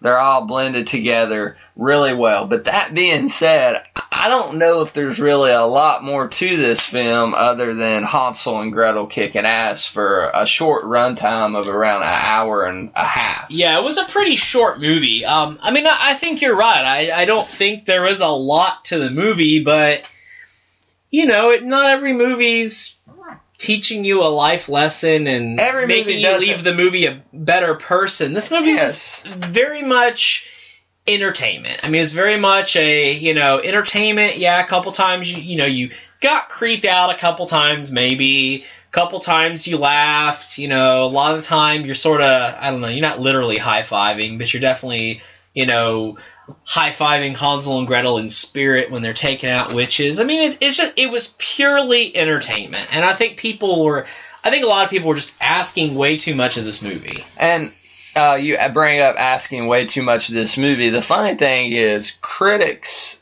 hate this movie. I think at Rotten Tomatoes it stands around 12% right now on the tomato meter, but fans have really have been drawn in by. I mean, in its opening weekend, Hansel and Gretel did around 19.6 mil, which is a good opening for an R-rated film in January. And to date, the film's been out a week or so. It's made around $50 million, which is not. I don't know if this guarantees us Hansel and Gretel Witch Hunters 2, but it's definitely done well and lived up to expectations financially. Well, you know what? What's interesting is this film is doing really well internationally. It was filmed in Germany. Okay. I actually didn't realize this. Tommy, probably Viracola or Wiracola, but he is a Norwegian filmmaker. Actually directed Dead Snow, which is a Nazi zombie film that I've been wanting to watch. I haven't seen it yet. But he filmed this with a very much an international cast. They got a lot of different actors from different countries.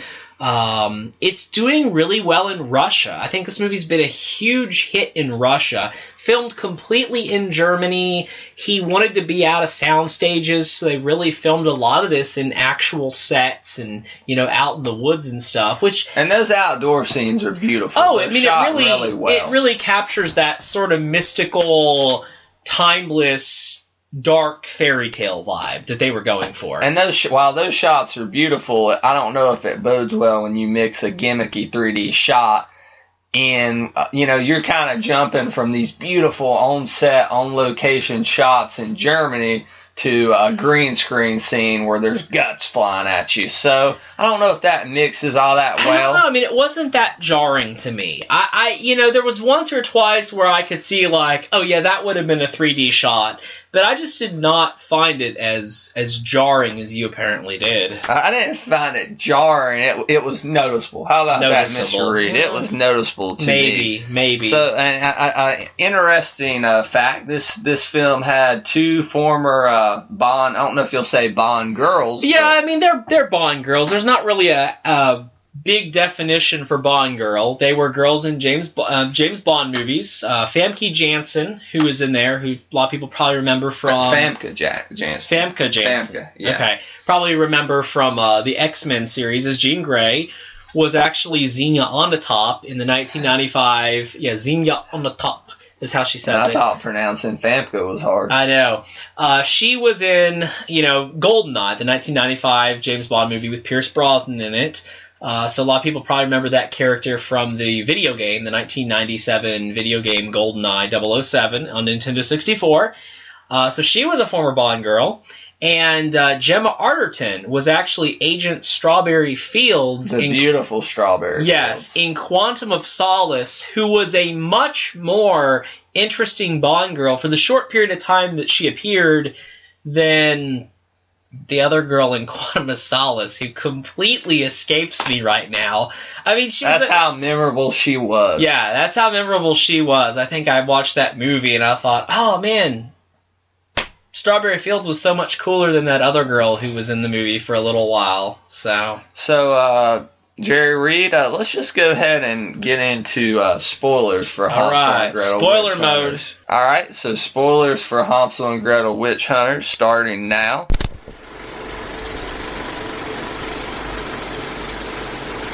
Jerry, one of my favorite scenes of this film, it's not what you think. I'm going to bring up maybe the second best quote of the year later on, but going to tease that a little bit. But was how they killed the witches when they set up the wires. Oh my gosh, yeah. The witches were coming through the forest, after a climactic battle scene, and so Hansel and another one of the characters set a trap, and Jerry, what happened? Well, they'd strung up like a metal wire between all of these trees, creating kind of a graded pattern. So here come the witches flying, through this graded wire at, however fast these witches are flying. And I mean, it's, kind of that effect when you use like that tool that cuts the apple in your kitchen. Yeah. You slam it down, the apple flies into a bunch of pieces. It was pretty much like that, except it was witch guts instead of apple. That was a pretty epic scene, right there. It was. I mean, it was the kind of movie that revels in stuff like this, and they just. I would actually like to see that in 3D. So, but besides badass death scenes like that, the story also. This movie did play a little bit more in depth to the Hansel and Gretel origin story. So their mom we find out that Hansel and Gretel's mom was actually a witch. She was. One of the things that comes up in the movie early on is that Hansel and Gretel are such effective witch hunters because they're immune to the magic and spells that witches cast. Witches can't cast spells on them. Witches can't use magic against them. The witches are really physical. They do a lot of, fighting. They're actually really quick and agile, which reminded me of the way that, the witches, the Deadites, are portrayed in the third Evil Dead movie, Army of Darkness. So that was, definitely a nice connection for me. But the witches have to fight them that way. So yeah, Hansel and Gretel are immune to spells because their mother was a white witch. And it's not a huge... you can kind of see something coming like that, wondering are they witches themselves, but it gives the movie a little bit more depth. It really builds on the story nicely and does something interesting rather than, just using the original tale as a background piece. Yeah, and also it plays into the story a little more later on in the film, because Famke Janssen is leading this almost like seance to...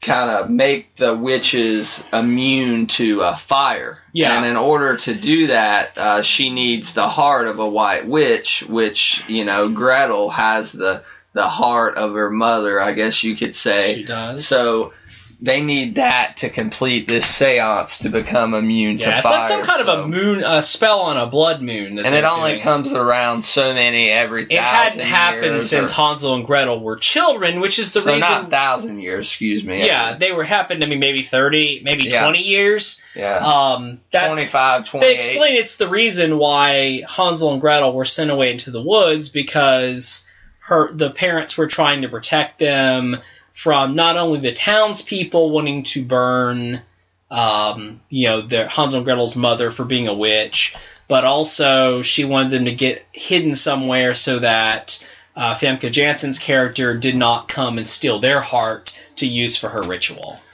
And one of the more interesting and entertaining aspects of this film was the whole backdrop of Hansel has to take a certain type of medication, and because he had ate so much candy, from the original witch, which we all know that story from the original Hansel and Gretel story. She's force feeding him candy basically to get him fat before she cooks him, and this lends him toward diabetes. So they call it sugar sickness. The girl says, "You've got the sugar sickness," or something like that. So, he has to take this shot every few hours, or he dies, which is basically a glorified insulin shot. There's some elements of this movie that are just almost like, really playful, and everybody is being really serious in the movie. Everybody's being really serious, but there are things like this that pop up and you're like, this is totally a joke.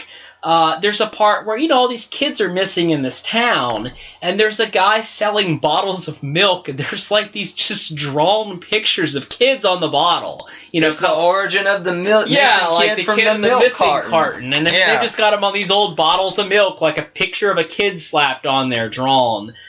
There are a couple other things. There's a fanboy that follows Hansel and Gretel around who has a thing for Gretel. Fanboy. Yeah, witch hunting fanboy who keeps track of all their exploits in the newspapers and stuff. So keeps a scrapbook. Yeah, he's got a little scrapbook going. So a lot of humor in it. I mean, it's, you know, sort of a just playful. I mean, yeah, okay, so he ate a bunch of candy as a kid, and, you know, he's got diabetes. It was kind of funny. And it's all clever and well done. Yeah. And speaking of that kind of playful aspect, my favorite part of this movie, and it's the second best line of the year, besides what we heard in the Stallone movie Bullet to the Head, which we reviewed last week. But as we're going into the final showdown, it culminates in them having to face off with Famke Janssen in the house that they originally went into as children. Yeah, the witch's house. The witch's house. So they have to return to that witch house to face Famke Janssen, who is a different witch, but chooses to sit the stage of this final battle in that setting. When they're walking up, Jeremy Renner delivers the line perfectly as Hansel. He says, "Whatever you do, don't eat the candy." Yeah. He says it. Come on. I mean, that is an epic quote if there ever was one. So, you know, it's early on and we've had 2 quotes of the year so far that are going to be hard to top. So I really enjoyed that. So, Jerry, any kind of final thoughts on Hansel and Gretel Witch Hunters? I really liked, Jeremy Renner and Gemma Arterton in this movie. Both of them are really becoming pretty prominent in action roles. I mean, Jeremy Renner's obviously been in He's Hawkeye. Yeah, Hawkeye. He's been in the Bourne series. Real quick with the Hawkeye reference. Yeah. So many times I was waiting for Jeremy Renner to pick up that bow and deliver some Hawkeye. This was filmed before the Avengers, right? It was filmed before the Avengers. It was originally scheduled for earlier release, but I believe it got pushed back a little. I think they waited because of the Avengers. So. Yeah, I think it may have been scheduled for last spring or last summer. I'm not exactly sure. But, he's in the Mission Impossible series now, so he's doing a lot of action stuff. But on the bow note, the most epic bow scene comes from Gretel and not Hansel, from Jeremy Renner, when she has this type of 3-way bow that shoots a witch on the left, a witch on the right, and a witch directly in front of her. So that was some cool weaponry. And, Gemma Arterton is getting to be in a lot of action stuff. I mean, she was in Clash of the Titans, which is a pretty good action fantasy film. That's one man's opinion. I haven't seen, I didn't say Wrath of the Titans, I said Clash of the Titans. Like I said, that's one man's opinion. She was in Prince of Persia, which I haven't seen yet. I actually saw Prince of Persia. I need to watch it. It's pretty good. Okay. For, video game movies, you don't expect much, but she was good in that. She was beautiful. I mean, it was... Yeah, she's, been in a James Bond movie. I mean, she's getting some pretty good action cred. I mean, she bites a guy's nose off in this movie. A regular dude, not a witch. Just bites. I mean, And before she did it, she said it would be worse. My nose could be gushing blood. I'm just kidding. That was Danny DeVito in Batman Returns. Yeah.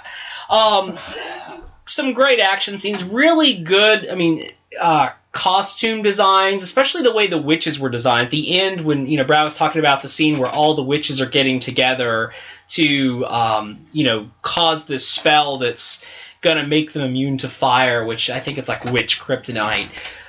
They have witches come from all over the world, and you see witches that are like they look like they're from different cultures, and they're very different and very interesting. I mean, there was one witch that kind of like walked on her hands that didn't have legs. There was one witch that were like they were two witches that were like connected together like Siamese twins. Looked like an addition to AMC's Freak Show. Yeah, I mean, it was just really interesting to see all of these witches. The movie reminded me of, I kind of do this. I kind of watch a movie and I say, okay, it was kind of reminding me of this, this, and this. And this movie reminded me of 3 other movies. First of all, it reminded me of Army of Darkness, which is one of my top 5 favorite films of all time. It's confirmed epic because it kind of has, that, okay, these characters with a lot of bravado or, slaying these witches or these monsters. The witches were really fast, like the Deadites in Army of Darkness. It kind of has that, that campy, almost like over-the-top gore for humor effect. So, reminded me of Army of Darkness a little bit. The second movie that came coming up for me was John Carpenter's Vampires, which is another great movie.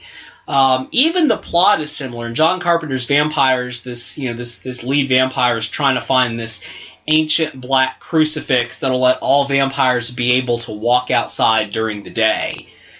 This is a movie about witches getting, one powerful witch getting a heart of a white witch so that all witches are immune to fire. The third thing it definitely reminded me of was the Brothers Grimm, which that makes sense. I mean, a lot of the scenes look familiar. The Heath Ledger, Matt Damon movie that came out 2008, probably 2009. Maybe earlier, maybe 2005. I'm not sure on the exact. I think it's been a little later than that. Okay. But it could have been a little earlier. So 2009, Heath Ledger was dead. Well, yeah, this is 2008, then maybe early 2008, late 2007. But it reminded me of that too. I mean, it had a lot of plot elements that just the overall feel that kind of reminded me of the Brothers Grimm. So those were 3 movies that I liked. That when I'm watching this movie, it reminded me of, and that's always a good thing for me. So overall, Jerry, you would rate this? I would give it 4 out of 5. It's a movie that I'm definitely waiting to buy on Blu-ray. And to be fair, it is a movie that Jerry will admit is kind of tailored right up his alley. It is. I mean, there are certain things that this movie had. I mean, I always like movies where people are fighting like supernatural, the undead. I mean, I love Hellboy. I love Ghostbusters. I love Evil Dead and Army of Darkness. Stuff like that is just so up my alley. They had the retro futuristic weapons. Loved it. And, I was a little tougher on the film. A little bit of the CGI and 3D gimmicks kind of got to me, as well as...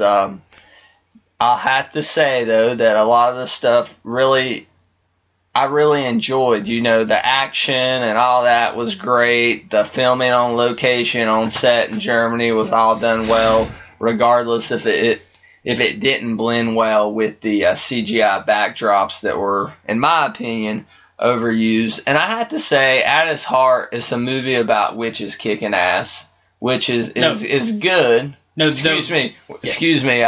Witch hunters kicking ass. That is correct. Which is, a very interesting concept and a very, unique take on this classic tale. But, maybe not a whole lot more to it other than that. But hey, I'd recommend go checking it out, catching a matinee or something. So overall, I would say 3 out of 5. So Jerry Reed, any final thoughts on Hansel and Gretel or? Nope. Okay, I think that's just about going to wrap us up for this edition of the Confirmed Epic Podcast. Jerry Reed, where can we find more of your stuff on the internet this week? Well, most everything I post is on the epicreview.com, thepicreview.com. Although I do have links to Amazon reviews that I write on action figures and Lego. And as for me, you can find all of my stuff on Twitter at TheRealBradBell. That's TheREEL Brad Bell. And of course, you can find all of my work at theepicreview.com. That's THEPIC review.com. And also on our official Facebook page, just search The Epic Review. We'd like to give a special thanks to Jim Waz Collectors World again for sponsoring this episode, helping us keep the lights on. And until next time, we are out.